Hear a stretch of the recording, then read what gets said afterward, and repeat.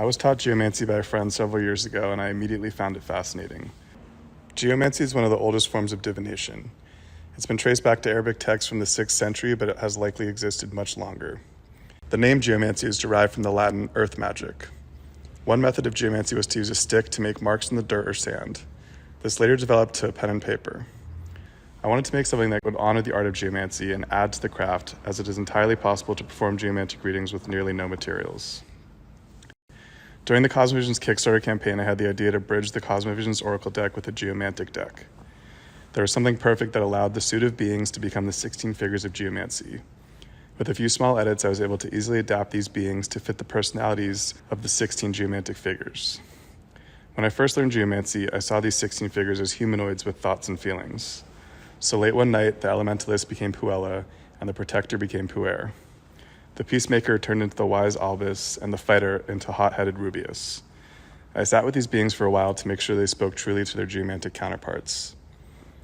I knew that making this tool into a deck of cards wouldn't be as exciting as some other tangible object, so after a lot of research, I found a manufacturer who would make my ideas into gold-plated coins. I redrew each being into a monochromatic design fit for a coin and created intricate backs to the coins that featured the formation of dots in each figure. I worked with the manufacturer on several rounds of edits to the CNC art until I felt like it was perfect. When I first got the sample in my hands, I was blown away by how detailed the illustrations remained. They looked just as I had imagined. It was a divination breakthrough and something I have come to be very proud of. There are several methods for using the 20 coins included in the set. Keep in mind that these are suggestions and that they can be used however you deem useful. The smaller 4 coins will come in handy when beginning to learn how the figures are assembled. Each coin is two-sided. On one side is a single element, fire, air, water, or earth, and on the other side is the element doubled. First, take the 4 coins and toss them around in your cupped hands. Focus on the question, and when you're ready, toss the coins on the table. This first toss is what will create the first mother in your geomantic shield. The ordering of the elements is always fire, air, water, and earth. Mark down the formation in this first mother, and then repeat the toss 3 more times to create the second, third, and fourth mothers. The 16 larger coins can also be used to cast the mothers. To do so, put all 16 coins in a satchel and draw coins randomly. If you'll be using this method, you will want to make sure that each draw you place the coins back in, as it is possible to have a repeating figure show up as one of the mothers. Be sure to put clear intentions into the act of drawing the coins.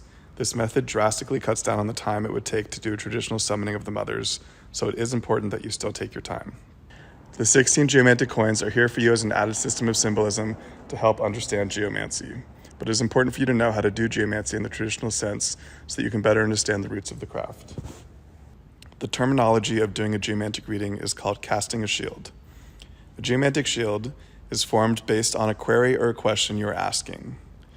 A geomantic figure will fill each of the 15 boxes in the shield. Geomancy is meant to prepare your mind and soul for what answers it may reveal and to open your heart to new possibilities. Geomancy uses a system of mathematical recursion to develop every figure in the shield based on the previous symbols. That means that everything in the shield is dependent on what came before it. In geomancy, only the first 4 figures are generated by the geomancer, and the rest of the shield is constructed based on the beginning 4 figures. There are several methods that can be used for dividing the first 4 positions in the chart. Today, most geomancers use a pen and paper, but you'll also be able to use these coins. Casting the shield is the terminology in geomancy for the act of beginning a reading. The geomantic shield acts as your chart for each reading. Similar to a spread of tarot cards, each geomantic shield is unique and thorough. From this shield, we can make many connections and correlations, as well as overarching themes and potential outcomes. What is especially unique with geomancy is that except for the first 4 figures in the shield, all of the figures in the shield are created from the ones that came before. It asks the geomancer to focus on the craft and check their work carefully. Once you've determined your question, it is important to write it down. Next to the shield, or on another sheet of paper, make 16 rows of numbers. When you are ready, close your eyes and focus your intentions on the question. When it is clear in your mind, take a deep breath, and with a pen or pencil, begin making strokes on your sheet of paper in the 16 rows. Stop when you feel it is time to stop and move on to the next line.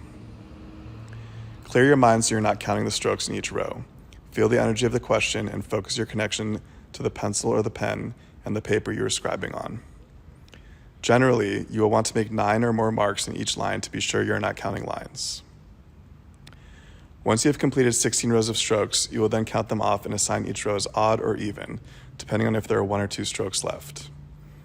I have found the easiest method to connect the strokes together is with a line between them so that you end up with something that looks like a fence, with a single I left or an H left. Now you will have 16 rows of either 1s or 2s. Rows 1 to 4 will create the figure in the first box. Rows 5 to 8 will form the second figure, or the second mother. Rows 9 to 12 will form the third figure, or the third mother, and rows 13 to 16 will form the fourth figure, or the fourth mother. Now it's time to place your mothers in the shield. It is crucial that you take your time when assembling the mothers since these figures will determine the outcome. The daughters are made from the mothers by taking each line of dots and creating a figure from that line. All of the heads or the fire elements, the top line in each mother, are added together to create the first daughter. Then all of the necks or the air elements are added to form the second daughter. Then all of the bodies or the water elements are added to form the third daughter. And finally all of the feet, the earth elements, are added to form the fourth daughter. The nieces are the 4 boxes on the second row of the shield and are made from the mothers and daughters. The first niece is made from the combination of mother 1 and mother 2. If the number of dots is even in a line, then the niece will have 2 dots in that line. If the number of dots is odd, then it becomes 1 dot. The second niece is made from the combination of mother and 3 and 4. The third niece is made from a combination of daughter 1 and 2. And the fourth niece is made from the combination of daughter 3 and 4. The witnesses are then formed from the 4 nieces in the same method as the previous step. Take the first and second niece and combine them to make the right witness. The third and fourth niece are then combined to form the left witness.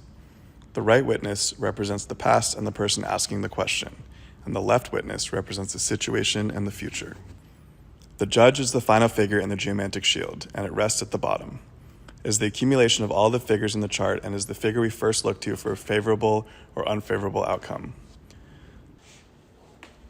If this all seems a little tedious to you, that's why I invented Geomantic Visions. You can skip this whole step and start a reading by drawing the coins instead. If you want to know more about how to interpret a shield and astrological geomancy, this is all covered in the guidebook included with Geomantic Visions. And so this concludes my short lesson on geomancy. You can check the links below and purchase a set for yourself.